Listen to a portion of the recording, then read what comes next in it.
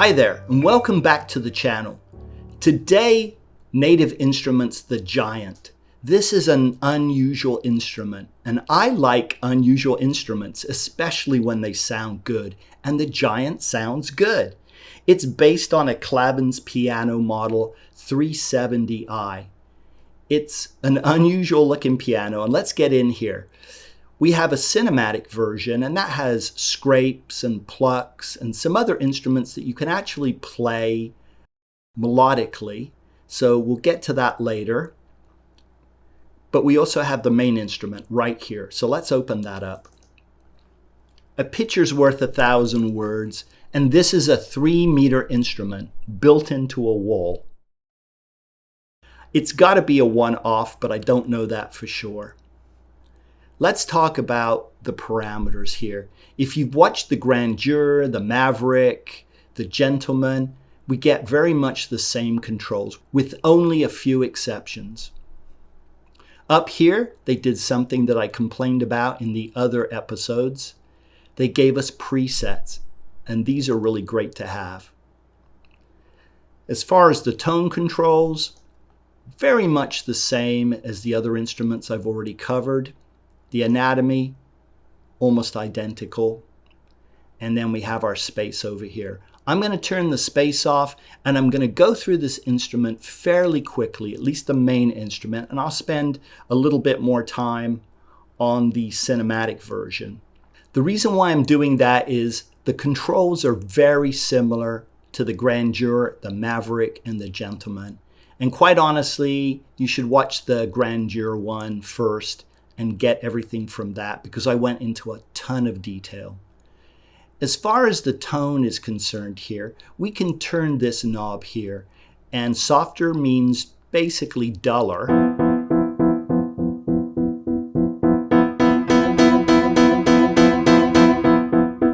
And harder means brighter. We can hit Control-click to set any of these parameters back to their default value.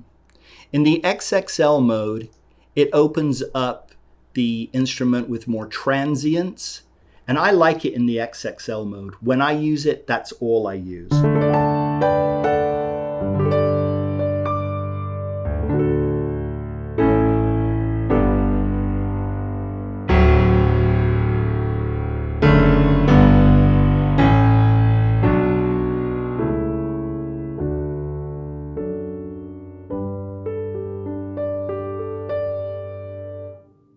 On the other instruments, this is the lid position, but since we've got essentially an open instrument here, we don't have a lid position.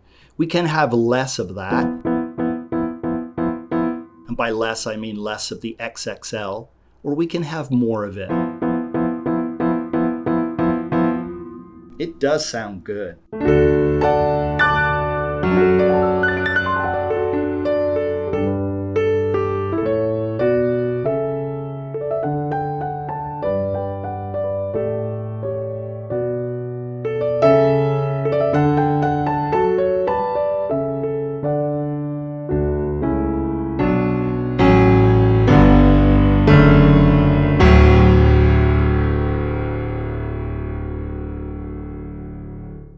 Hopefully you're listening to this instrument on a good set of speakers, because it sounds really good. Over here we have our equalizer. We'll turn on, well, we can leave on the XXL mode for now, but we'll put it in the center. So I'm going to Control-click and put it back to its default. Let's take a listen to adding more bass through the equalizer.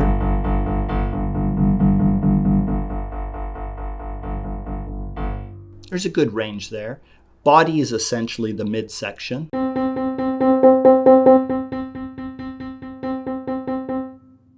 And then the air is the upper register. Just Control-click these, set them back to their center. And I like that there's an on-off switch, because that way you can A/B the EQ. We've already covered XXL amount. Over here we have low keys and a picture's worth 1,000 words.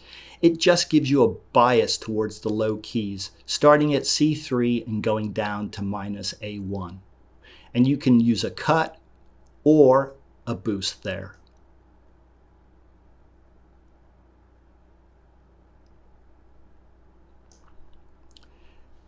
Over here we have a compressor. We have to turn it on. We have some presets we can choose from here. And then we can set our amount. With no amount, we're not going to hear any change. As we up the percentage, it's going to get more and more compressed.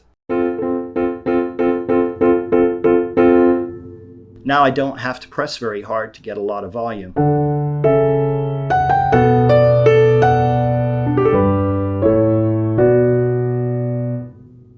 Hitting the keys harder, though, will give me a tonal change, and that's important. Let's turn that off. Go over here to anatomy. For the basic anatomy, we have a dynamic range. All the way down, we essentially have no dynamic range, which means it's a lot like the compressor at the full percentage. Essentially, light touches will still give us a fairly loud volume.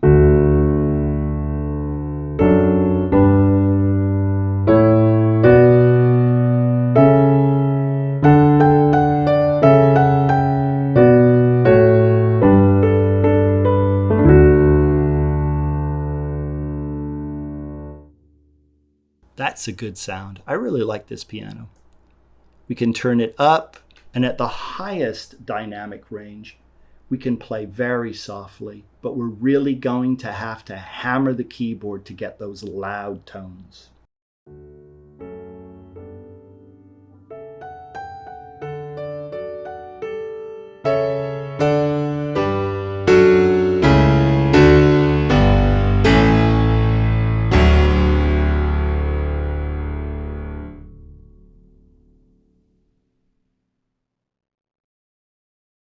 Resonances requires the use of the pedal. What the resonances does is allow sympathetic vibration of the other strings in the piano. In order to do this, we have to use the pedal to lift the damper away from the other strings. And then the notes that we do play will cause the other strings to sympathetically vibrate.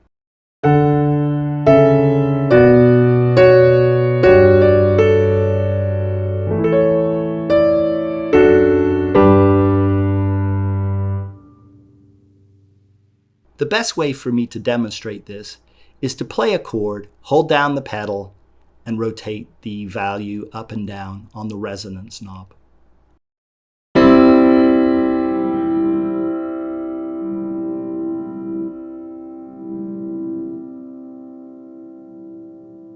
As I've said before, a little resonance goes a long way.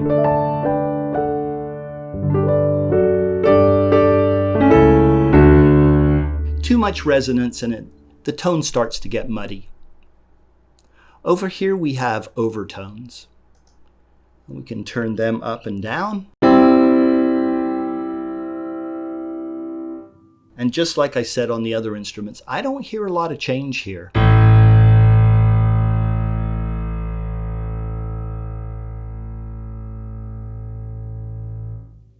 I really don't. Stereo image. In the center is how the instrument was recorded with.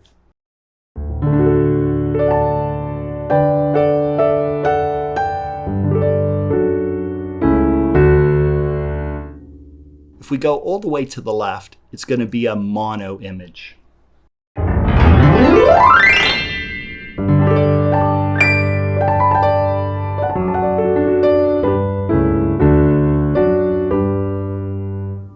If we go all the way to the right, we get an overemphasized stereo image, which I actually really like.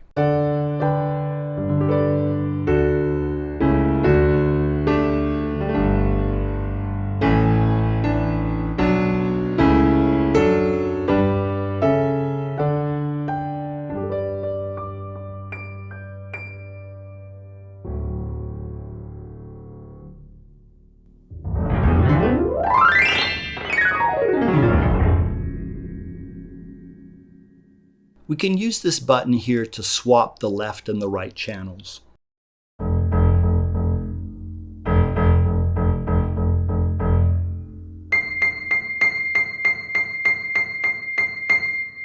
That can be handy in certain situations. The keys option here is just so you can set up the touch that you play at from your controller to match what you want the giant to do. So currently it's set at soft velocity. I personally like it at linear. If you have a heavy touch when you're playing piano, you might want to use the softest velocity. That way, even when you play relatively hard, you'll get a soft tone and a soft velocity.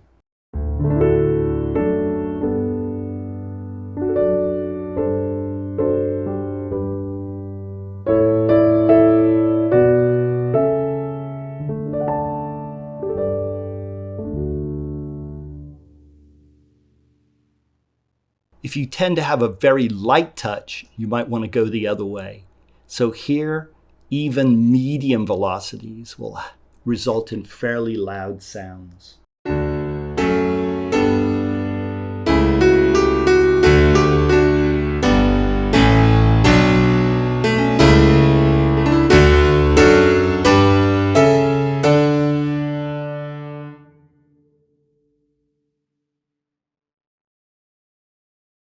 Silent key is interesting. Silent key simply says that if you turn this on and you play very softly, the instrument won't make any sound. So let me play a note here. Right here I'm playing. And you see that it's not making any sound. I'll hit it a little harder this time. But if I hit it softly, it won't make any sound. This is useful for if you are still learning and sometimes maybe you're holding an octave or you have small hands and you tend to press down some other keys at a very low velocity. Quite honestly, a lot of pianos respond this way.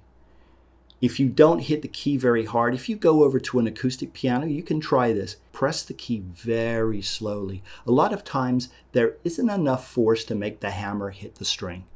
So this is a real thing. Generally, I leave it off. Repedaling and half pedaling are interesting.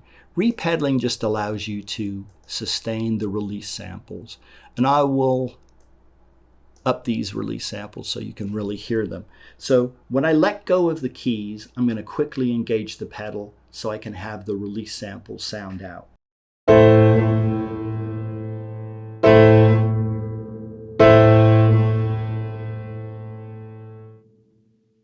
That's repedaling.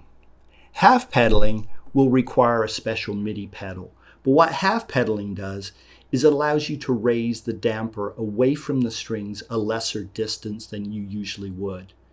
This is going to limit the vibration radius of the string.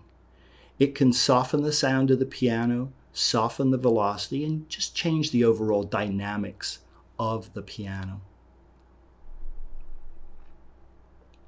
Release samples. These are very important. Now I'll leave them up, and this is just overemphasized. For example here, I'm going to play you just a few chords and you'll listen to those release samples, and when I turn them off you'll say, oh yeah, I can tell the difference.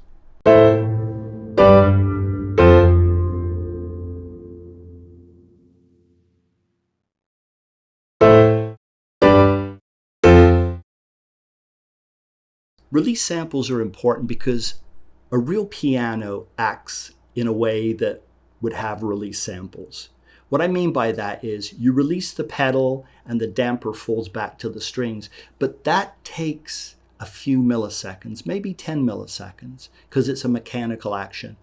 Also, even after the damper touches the strings, the sound doesn't die away instantly. That's why this sounds very unnatural to me.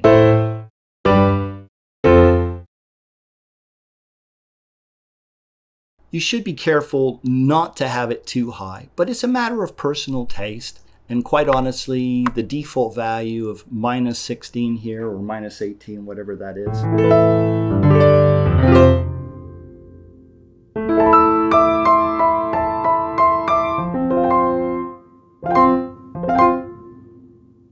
On On a lot of piano libraries, they don't include release samples. They just put a lot of reverb on it, and you don't tell that the samples are just dying away instantly because of the reverb. You can choose a short or a long decay on your release samples.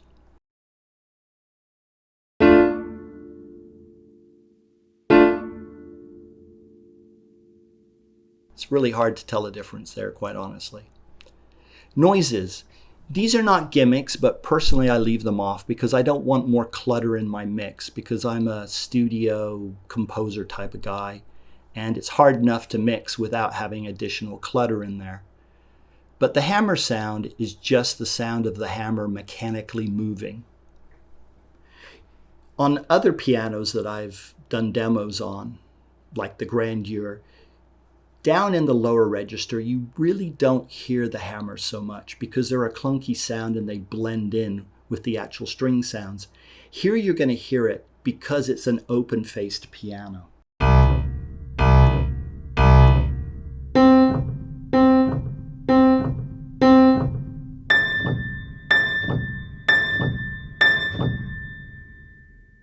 I'm overemphasizing these in post-production just so you can hear them, but they're the way they are in relationship to the actual tone of the string being played.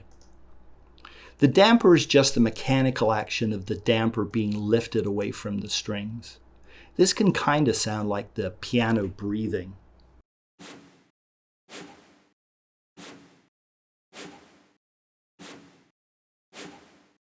And of course, if we had a space on, and I'm going to put that on later, you're going to hear that sound carry out. The pedal sound is just the mechanical sound of the pedal on the floor. And as I've said in the other episodes, good pianos put dampening material like felt around the pedal to minimize the sound of the pedal. If you're getting a lot of pedal noise on your piano, maybe it's an older piano and it's time to replace that felt. Generally, you can go to a craft store and pick up some felt and do it yourself. The string sound is the sound made by the strings when the dampers are pulled away from the strings. When that happens, the dampers over time get little grooves in them from the strings. And so they're kind of wrapped a little bit around the strings, and there's a frictional pull on those strings, and it sounds like this.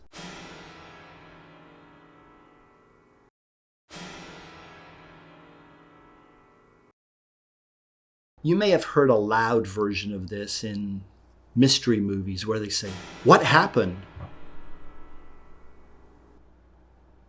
And you get that sound. It's the sound of mystery. Like I said, I leave these off, but you can do what you like with them. We have our basic pitch down here, 440, our concert pitch, but we can pitch down the instrument slightly and we can pitch it up slightly.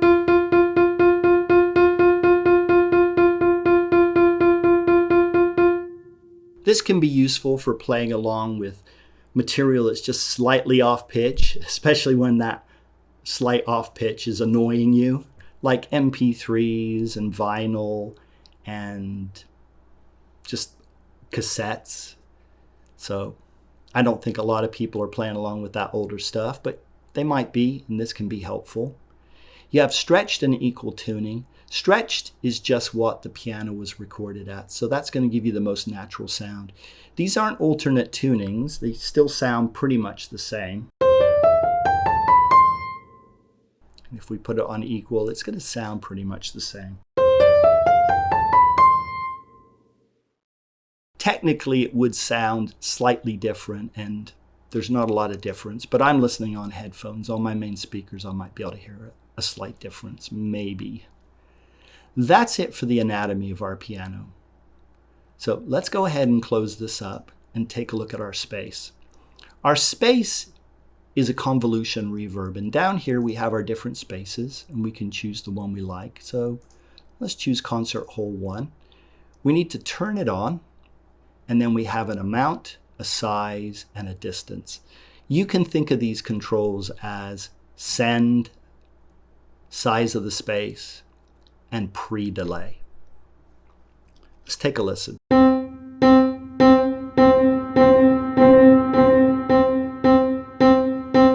have size.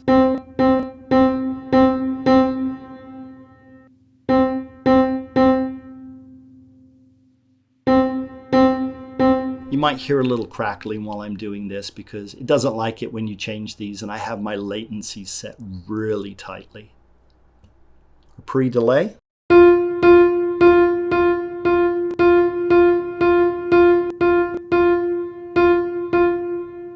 I think all these convolution reverbs sound pretty good on this instrument.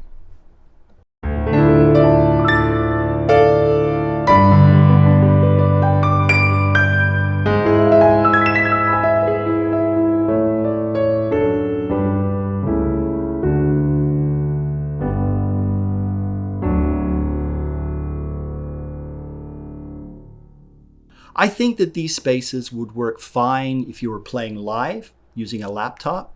They would also work in the studio. Of course, you can just turn them off, and then you can use your own plugin, whatever makes you happy. Let's take a look at some of the presets. So let's reset to our basic sound here.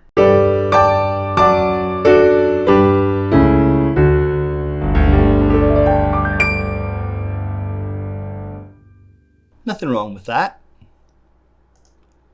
Take a listen to Giant Pop.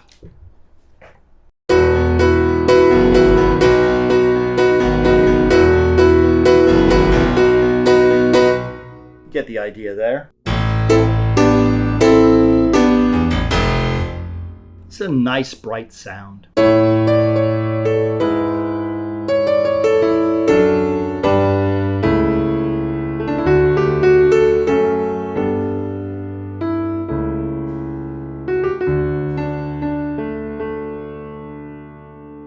Now, one thing I do hear are those artificial noises. When you're using the presets, they're putting them in here. You can save your own presets, so you can set it up any way you want. Then you can click on this tiny little disc here. I actually have one that I already created.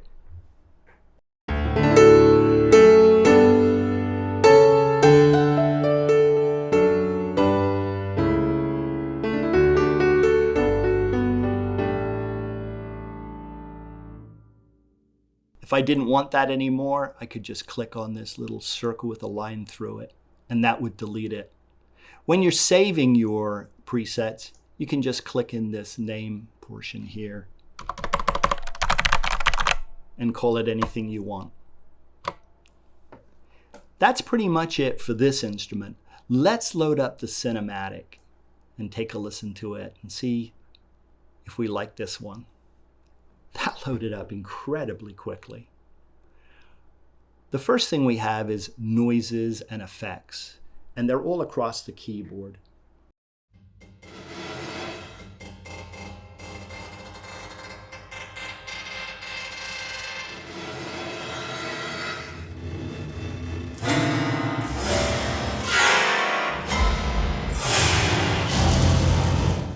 Those noises up at the top there, some of those, especially the scrapes and the strums, those sound very classic mystery movie type stuff.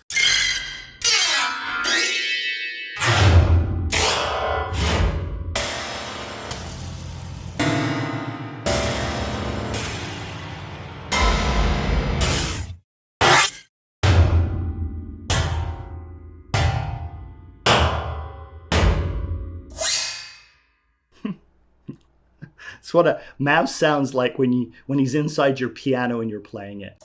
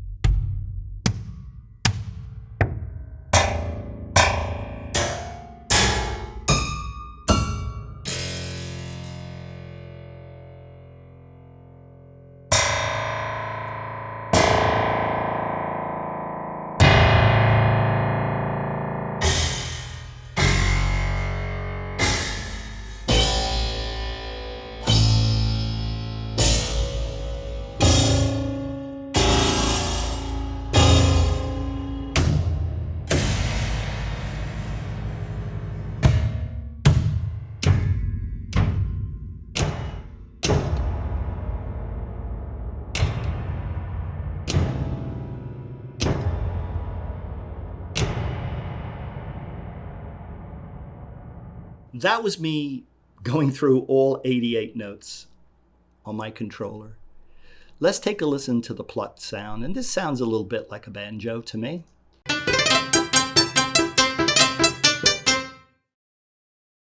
Interesting sound. It's a very tight plucked sound. Got just release sounds.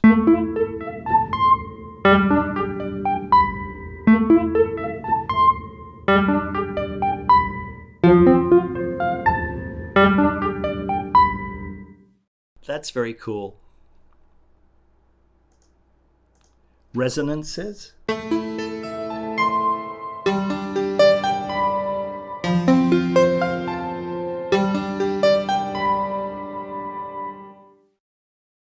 Next up, overtones.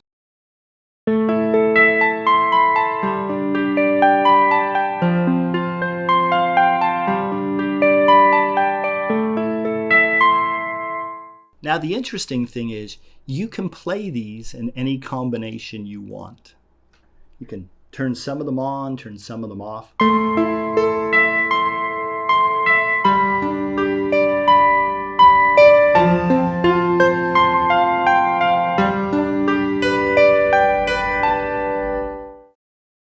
Just turn them all on, just for fun. It's probably going to be somewhat of a mess.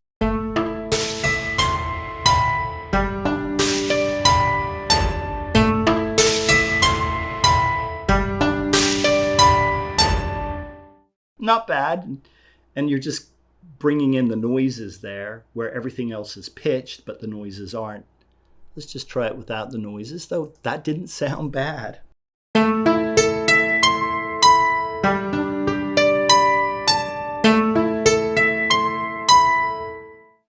Pretty cool. Now, of course, we have our convolution reverb over here with our space, but we also have some interesting sound effects over here. And if you look at the list, you'll see there's a lot of resonation type stuff in here. And let's play some of the presets, and you'll really hear these in action. Tremolo space.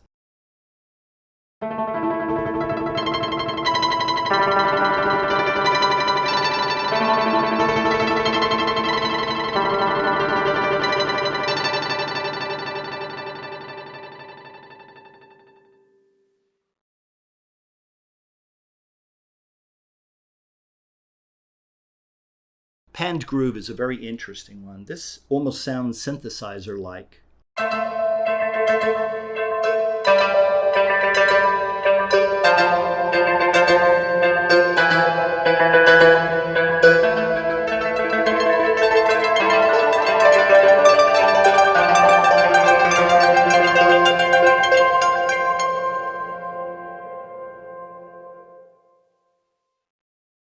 I think that's pretty much it for this episode. There's a lot of other stuff in here. We'll do just one last one.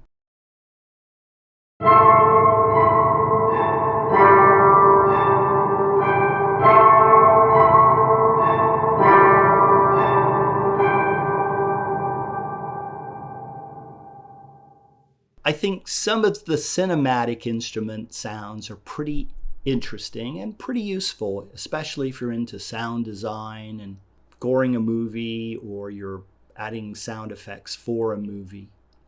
The giant piano itself, I think it's a great sounding instrument. I really like it.